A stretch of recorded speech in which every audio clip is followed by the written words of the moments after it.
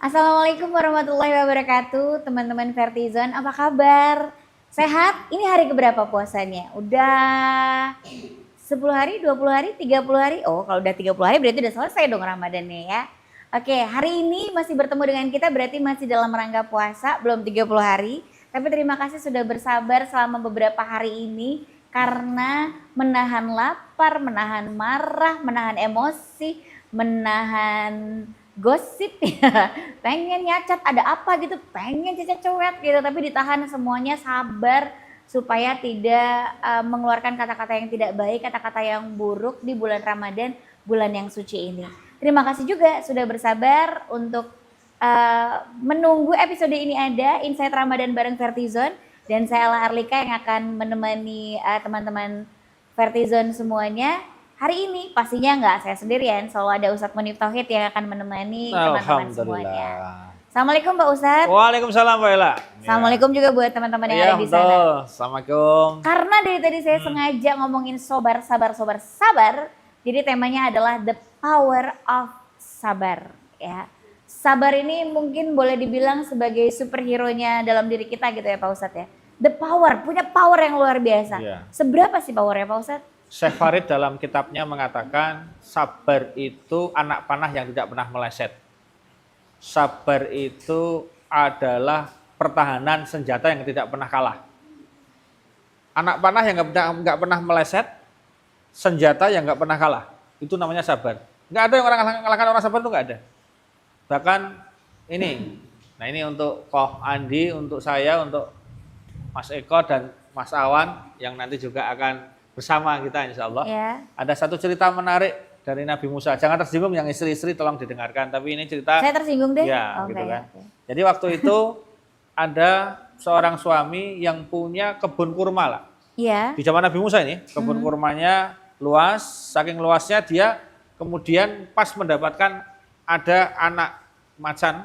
Dia dapat karena ibunya meninggal, anaknya masih ada. Dia susuin, dia rawat dari kecil. Bukan pakai susunya dia, tapi pakai pakai susu yang memang diformulasi dari sapi, dari kambing, untuk agar bertahan hidup. Akhirnya lulut, seperti kucing yang dia rawat dari kecil, akhirnya manut, disuruh jaga kebun kurma itu. Nah, ternyata dia punya istri yang sangat cerewetnya luar biasa, melebihi segala-galanya. Wah, cerewetnya itu apa dikomentari? Istri itu cerewet itu wajib. Ya, cerewet sekali. Ini sudah di luar batas. Di luar batas. Okay, tapi si suami itu sabar. Dia diemin aja, dia terima, dia sabar. Sabar itu kalau rumusnya itu apa? Diem, telan, doa, action. Coba saya tulis. Ya, yuk. Diem, telan, doa, action. Apa itu maksudnya Pak Ustadz? Actionnya. Satu diem. Diem itu apa? Ya kamu kalau nggak diem berarti nggak sabar. Contoh, ketika sedang dihina orang. Kamu itu loh, dia diam. Kalau kamu dia diam sabar. Enggak, aku nggak gitu Pak, itu nggak sabar. Tapi kalau dia diam, misalnya dia nggak merasa melakukan, ya dia diam, itu berarti sabar. Telan itu apa? Orang yang sedang marah sama kita, nggak percaya sama kita, distrust sama kita, menganggap kita buruk, suudzon sama kita dengan totalitasnya. Secara totalitas dia suudzon sama kita habis-habisan.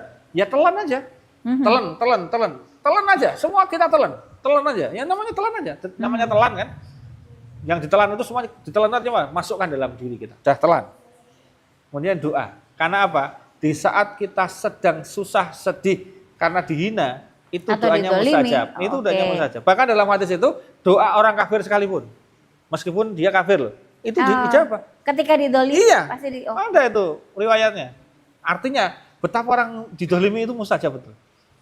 Ya, kategorinya. Ini tentu karena orang kafir. Itu ya, tentu orang kafir yang tidak memusuhi Islam. Artinya orang yang di luar Islam tapi kemudian dia tidak zalim sama Islam. Itu apa tadi? Action. Nah, action artinya apa? Ya, aksinya itu adalah bergeser, berhijrah dari orang yang memarahi kemudian dia pergi, biar pusat marahnya hilang. Atau dia kemudian membuat langkah-langkah untuk menghilangkan kesedihannya karena dimarahin, tidak dengan memarahi orang lain, mungkin dengan olahraga, mungkin dengan ngaji, mungkin dengan wirid. Pokoknya dialihkan. Jadi action mengalihkan kemana? Gitu ya. Nah, suami tadi itu ketika dia dimarahi istrinya, dia melakukan 3 ini. Empat dilakukan. Dia diem, Diam, dia telan, telan, dia doa, doa. ya Allah, gitu kan. Nah, doanya dijawab sama Allah. Tiba-tiba itu yang namanya pohon kurma itu sangat berbuahnya banyak sekali sehingga melimpah. Bahkan dia menjadi punya pundi kekayaan dari kurmanya itu.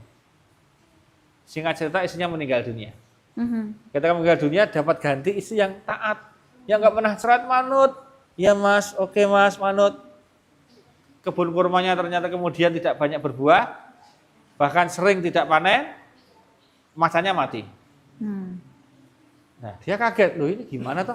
Aku punya istri cerewet, malah banyak berkahnya, punya istri yang taat malah kok mati seperti ini. Dia tanya ke Nabi Musa, ya Nabi Musa, Nabi Allah, Kenapa gitu? kenapa seperti ini? Kepada Musa, ya wajar ya, kemarin kamu subur, makmur, karena apa? Karena kamu punya pahala sabar. Dan sekarang kamu nggak perlu sabar, dong, istrimu sudah manut.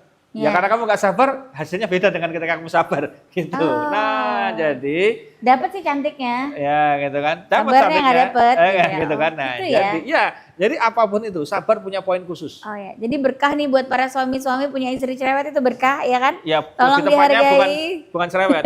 Istri yang Disyukuri. jengkelin. Kalau itu kan namanya istri yang jengkelin, tapi dia sabar. Yo. Alhamdulillah suami saya rezekinya banyak ya. Ya, gitu. Insya Allah. Itu ya. Nah, itu salah satu ceritanya. Nah, jadi kalau kita bicara kesabaran itu sangat luar biasa dari ide tadi itu. Karena kalau apa-apa kita rasakan, nggak kita telan, nggak kita diem, kita capek loh.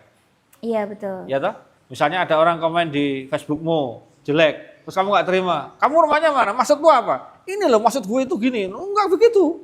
Nah, kamu cuma sehari. Lo kemarin Ya. saya habis gitu Pak Ustadz. Ya, sehari. Nulis apa gitu Ya. dia. Ya Allah buat keluarga lo aja. Telan aja gitu. Ya Allah bukan gitu maksudnya. Ya Allah sabar saya hapus. Iyalah. Oke. Ya, jadi sabar itu berbuah yang luar biasa. Ya. Nah sampai ini ada cerita nih biar juga dengar semuanya para Vertijoner. Bagaimana bisa dirasakan Siti Aisyah waktu itu beliau difitnah berselingkuh dengan Sofwan. Ya, Sofwan itu dia waktu itu nggak sengaja sebetulnya. Waktu dia ikut perang sama Rasulullah sama suaminya, dia diangkat pakai sekuduk namanya ya. Itu dia bilang saya mau buang hajat dulu. Diturunin, beliau buang hajat, setelah itu beliau naik lagi. Di tengah-tengah jalan dia kok ada yang aneh. Oh ternyata kalungnya itu, kok kalungnya nggak ada, berarti ketinggalan. Nah dia kemudian ketika ada istirahat, dia turun untuk mencari kalungnya. Nah karena Siti Aisyah itu, mohon maaf, posturnya itu ringan karena berat badannya sangat ideal, sangat muda, sangat kecil gitu. Jadi paling langsing kan di antara istri-istri Rasulullah itu kan Aisyah. Makanya ada isinya sama nggak ada isinya itu kayak biasa aja. Dikira sudah di dalam, padahal nggak ada. Nah, dia mencari kalung itu sampai ketemu, ternyata sudah pergi tuh keretanya. Karena udah pergi, beliau kemudian istirahat dengan harapan nanti masih pulang lagi kalau tahu aku nggak ada di dalam. Itu ternyata nggak pulang, nggak tahu, nggak kerasa kan? Dia bawa terusnya nggak kerasa, dia bawa terus sampai ke Madinah gitu kan. Nah di tengah jalan ketika sambil tiduran gitu, lewatlah Sofyan. Dalam riwayat disebutkan di situ, mohon maaf, waktu itu Aisyah belum pakai hijab karena memang hijab waktu itu kewajibannya belum ada. Jadi Sofyan tahu, oh ini Aisyah, sosoknya ya. Sofyan itu tahu ini Aisyah dari istilahnya struktur itu kan tahu ini Aisyah ini. Wah ini istri Nabi nih. Terus nggak ada percakapan, tiba-tiba langsung naiklah. Karena dilihat di situ nggak ada kendaraan, berarti dia ditinggal, disuruh naik di atas itu. Dan ketika naik di ontanya itu, Sofwan sedang turun. Jadi dia yang naik, Aisyah yang naik, Sofwan di bawah sambil menuntun itu onta sampai di Madinah. Ternyata orang-orang yang munafik itu senang punya bahan gorengan. Aisyah berselingkuh dengan Sofwan. Akhirnya sampailah ke telinga Kanjeng Nabi Muhammad SAW. Nabi kemudian bersifat dingin kepada Aisyah. Dingin. Sampai Aisyah kemudian izin, agak dicuekin gitu. Aku izin mau pulang dulu ke rumah orang tua. Silahkan. Pulang sakit, yang nggak ditengok-nengok aja cuma lihat. Jadi Assalamualaikum, salam. Masih sakit? Iya aja sudah. Pergi. Gimana seorang istri nggak sakit? Cuma ditahan gitu. Nggak pernah dilus-lus. Karena ya wajar. Rasulullah cemburu dong. Iya, iya. Mangkel dong dengan berita itu. Mau klarifikasinya gimana? Akhirnya Aisyah nggak tahu, cuma menduga-duga ini kenapa kok seperti ini. Kok nggak seperti biasanya. Tiba-tiba dia dapat informasi bahwa ada berita tentang perselingkuhannya itu.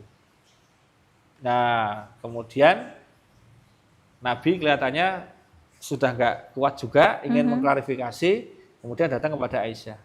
Wahai Aisyah, bertobatlah kepada Allah kalau kamu memang benar melakukan kekuatan yang tidak terpuji, Allah Maha Pengampun. Dan kalau memang tidak bertobat, ya apa yang kalau kamu tidak melakukan, ya kamu tidak perlu bertobat, kan bahasanya begitu. Nah, kemudian Aisyah dengan diplomatis mengatakan, aku tahu kalian kalau aku mengatakan berselingkuh kalian percaya, tapi kalau aku mengatakan aku tidak berselingkuh kalian masih tidak percaya. Jadi sama saja, aku mengakui tidak mengakui, kalian tidak percaya, mesti kalau aku tidak mengakuinya. Betul, yang mau fitnah ya fitnah aja ya. Ya, gitu. Jadi, mau diklarifikasi tetap aja susah. bisa dibayangin nggak posisi Siti Aisyah waktu itu kayak apa remuknya? Beliau sabar, nggak marah sama Rasulullah karena memang dia nggak punya bukti. Nggak marah sama yang mengedarkan kan ya gimana? Dia cuma diam nangis katanya, cuma nangis diam gitu kan. Dia nangis gitu kan. Sampai disuruh minta maaf gitu kan, beliau tetap diam. Sampai akhirnya Allah nurunkan wahyu ke bawah bahwa Aisyah tidak melakukan dan hukumlah orang-orang yang menyebarkan fitnah itu. Nah, baru Rasulullah kemudian percaya.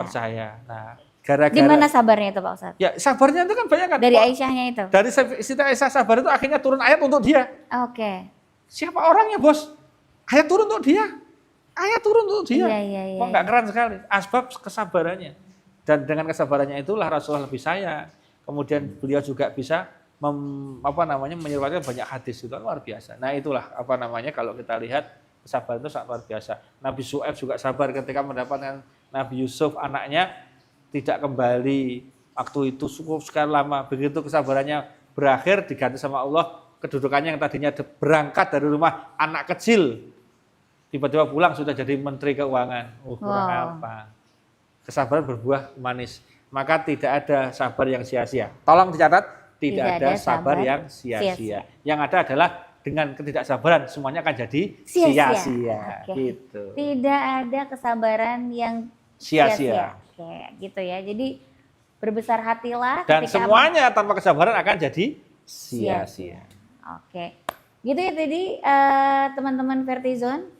Di Insight Ramadan bareng Vertizon, yang pertama ketika ada sesuatu yang mungkin menjadi cobaannya kita, mungkin kita difitnah atau apapun itu, lakukan sabar, kemudian diam, telan, doa, action. Karena kalau doa kan karena memang lagi makbul ya, kita didolimi gitu. Jadi diam, telan, Innallaha ma'asabirin. Allah sedang duduk bersama orang sabar. Doa makanya ya Allah minta. Kan di samping kita berarti Allah. Doanya tadi udah pakai beberapa episode yang kemarin kita sudah ceritakan gimana cara berdoanya, terus kemudian sholawat gitu ya. Jadi semua itu pasti ada berkahnya juga. Jadi begitu ya teman-teman, sabar. Bentar lagi Lebaran pastinya, mudah-mudahan kesabaran kita selama 1 bulan ini berbuah hasil. Dan saya Munir Tauhid, dan saya Larlika. Mohon maaf lahir batin. Mohon maaf lahir batin Semoga semuanya. puasanya diterima.